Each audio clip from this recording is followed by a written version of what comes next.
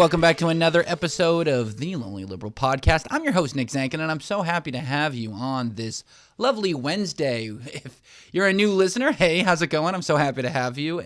Welcome to our Wednesday show. On Wednesday, we do kind of a 10 to 20 minute deep dive on a particular topic of interest. And this week, we're going to be talking about this kind of overarching question of, is the West leaving the United States for China, right? Is this the end of the U.S. era and the beginning of the Chinese era, and it's kind of like Cold War II, and the U.S. is lost, right? And this is something we've heard a lot over the last few years, especially with China, getting more and more economic presence in the world, just bigger economy and stuff like that. And it does feel different this time, right? I mean, with Trump going after his allies and stuff like that, it does feel like if it was going to happen, it will happen now. And there's some really actually like tangible pieces of evidence to suggest that it is happening. But there's also some evidence to suggest that it isn't, right? So let's go through it. Let's figure out what soft power even means, what is different this time than other antics that the U.S. has thrown in the past, and what it means to not just the U.S., but to kind of the global kind of order of everything. So we got a great show. I'm really excited, like I said. And before we get to it, make sure you give it a like and subscribe wherever you listen or review or whatever. I really appreciate it. Everyone who does that, you are wonderful. And without further ado, let's get to it.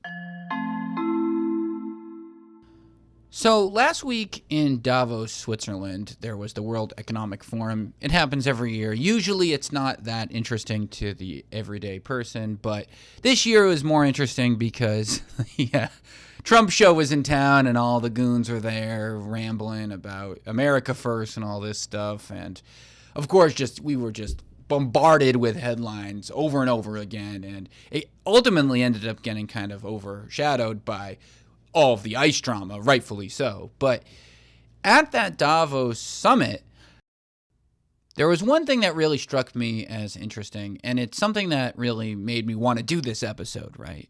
And it was from Canadian Prime Minister Mark Carney. And this is something that, when leaders say this kind of stuff out loud, it's not performative. It's a real signal that things are starting to change, because there's a lot of eggshelliness when you're this critical of major countries.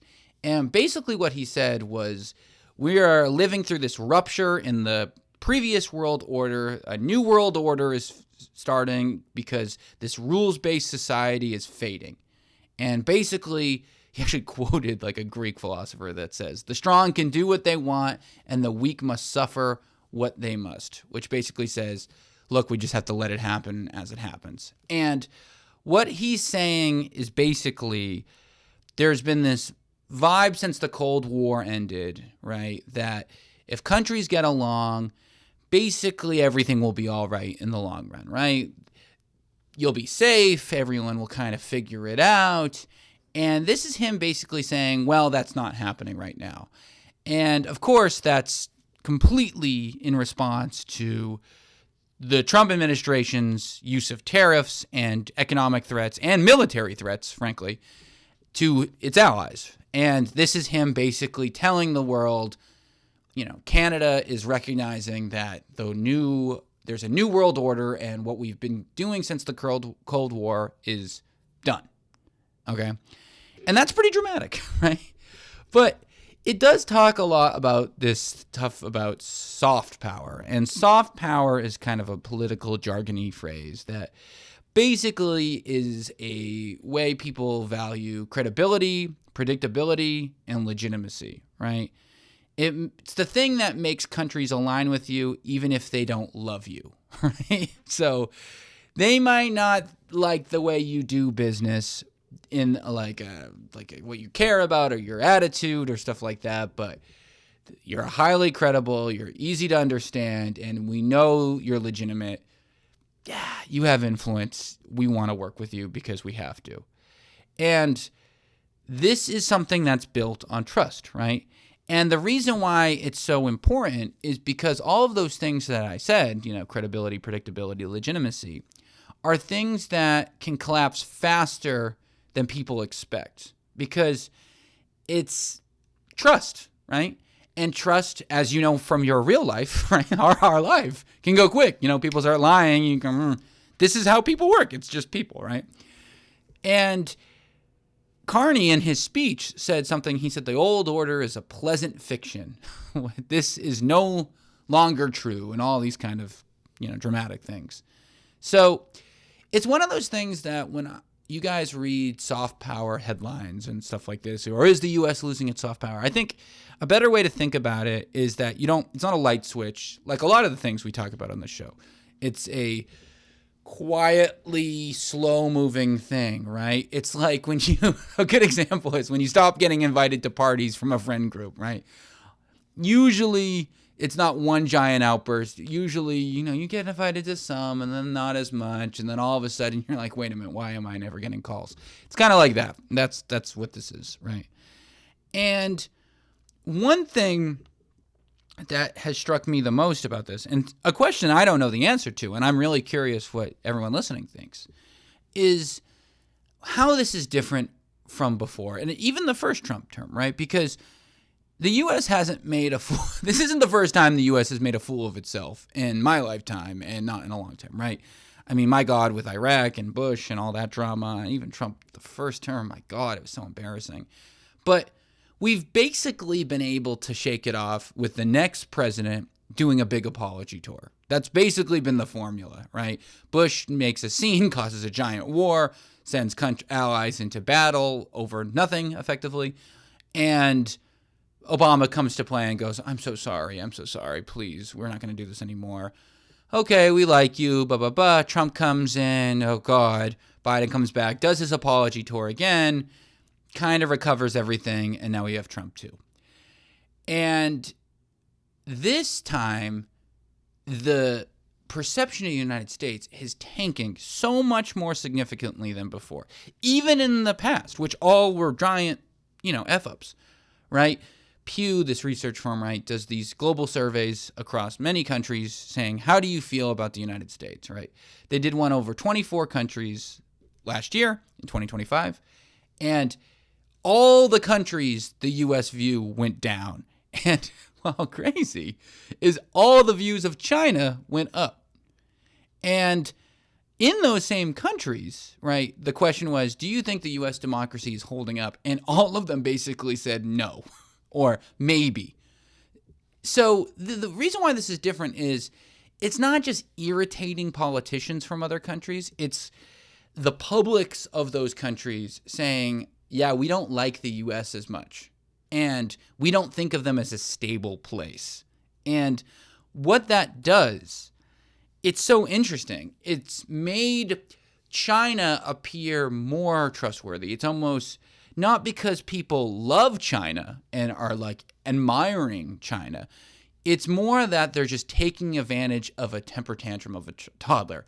And I've never said this on the show, actually. I was going to say some of you don't know this, but many of you don't know this, that my graduate studies research was focused on Chinese policy. That was half of my kind of focus.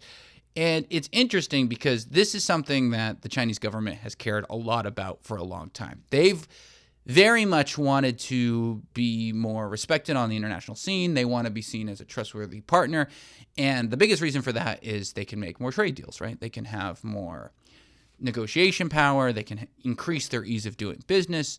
They can have more influence on like world affairs. They really care about this quite a bit. It's a very, very important piece of the way they govern.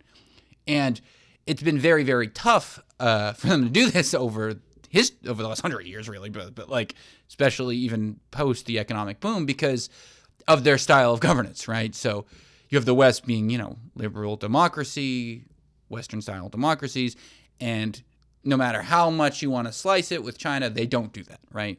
They're not truly communist, but they're this kind of weird, semi-private, mostly public thing with a lot of human rights drama, and they can't really shake that because that's just true. And it's been a hurdle for them to kind of overcome this. They've wanted to overcome the perception of this and be like, yeah, we may not have a government structure like you, but that doesn't mean we're bad people, basically.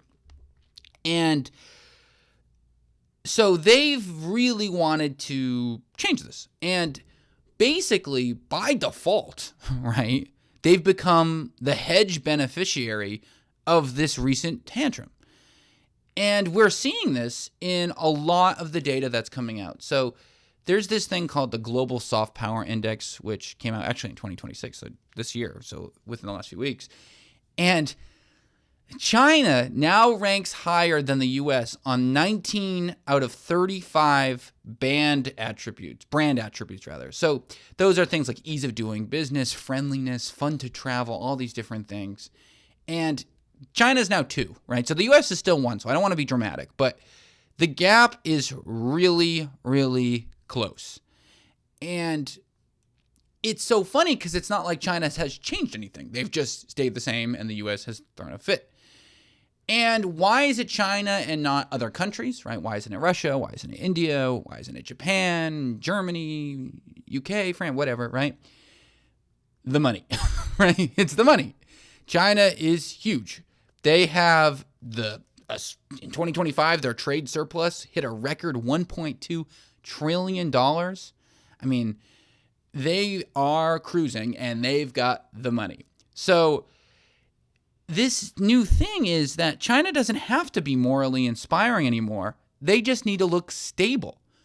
And I think as the U.S. is kind of losing its moral argument, it's kind of muddying the difference between them. Now, I would say, there are a lot of things I love about China. I love China. I've been to China. Great humans. I love it there. But if you're talking about like human rights and you're talking about fairness of a governance, yes, our federal government right now in the U.S. is being controlled like a mafia state. And it's not only embarrassing, it's deeply troubling. And we can literally see the effects of what's happening, last week in Minnesota, right? But we do have very strong state governments and very strong local governments that are still very, very democratic and still very liberal in the more classical sense of the word, right? Fair. And China just doesn't have that, right? They have a lot more top-down control, and again, they do a lot of great things and stuff like that. It's not even being super critical of them. It's more just an objective analysis of this. So, I think sometimes it's tempting when we glamorize China because of how shitty things are going in the U.S. But let's keep a reality check. They've got a lot going on too. But what's really interesting about this and kind of the last leg of this topic, especially how I hear it getting talked about in the news and amongst friends, is that all of this is happening at the same time that the U.S. dollar is the weakest it's been in a long time, years, frankly. And this seems very much by design. A lot of people in Trump's economic team, and I said this years ago, but want the dollar to be weaker. Why would they ever want the dollar to be weaker? I remember when I talked about this years ago, people are like, there's no way Trump likes the word strong. But people don't understand, like, Trump is really trying to bring manufacturing back to the U.S. That's a big part of what their mission is. And because the U.S. is so expensive, largely due to the strength of the dollar, it's difficult, right? It's just hard to compete with places that have weaker currencies because they can just be so cheap on a global scale. So Trump has pretty much directly wanted to make this happen. And basically, the dollar is down like 25%, 45%. It's bad. Like in the last few years, it's low. And you hit this. It's a 4-year low, actually. I'm just looking now more specific. Trump doesn't seem to care because he's, people manipulate currency, blah, blah, blah, blah, blah. But it is something that's interesting and something that's deliberate. However, I do want to make sure that this isn't a collapse. The U.S. dollar is still fine. The U.S. dollar is still the number one currency. I'm not really worried about that at this moment. I do think that it is odd that the U.S. is so comfortable with this weakness, and it will directly lead to allies and investors to hedge. Now, will they hedge to China? I don't know. Probably not. But it probably will get some, not fully. It will probably gain space at the margins. I think it will. And that does matter when trust is slipping. I'm not saying it's not nothing. I'm just saying I'd pump the brakes on the collapse talk, right?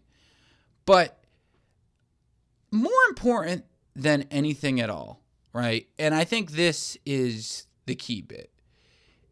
One of the things that I think irritates a lot of people about the Trump administration, certainly me, is his lack of cooperation on the international level, like not understanding how trade deals work and how mutually beneficial economic cooperation is and all that kind of stuff.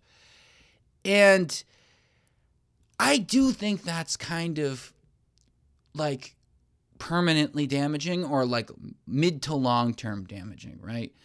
I mean, going back to the Carney speech, right? He says, he used the word great powers, but use economic integration as weapons, tariffs as leverage, financial infrastructure as coercion. And that's basically the fear, right? That's saying that if allies think the U.S. economic tools are coercive, unpredictable, they're just going to build alternatives, right? And I mean, you saw this with Canada wasn't joking, right? They immediately made a deal with China about EVs. Trump then, of course, said, I'll tariff you if you do that, proving Carney's point. And other Europeans are doing this too. When I say European countries, like there's this pivot to China, not because they're like, we don't want to do business in the U.S. totally. It's more like we need to hedge our position because this guy loves throwing tariffs on us to make us do stuff. And that's a problem because a weaker dollar to save manufacturing is a bad idea. It means imports will cost more. It means traveling will be more. And we're not, it's marginal. It's not enough. Do you want the dollar to be as weak as the freaking Chinese currency? What are we talking about here? Like, no. Is marginalizing and attacking our allies, crushing our soft power a good idea? No. So it's this weird thing where markets recover faster than alliances do. Trust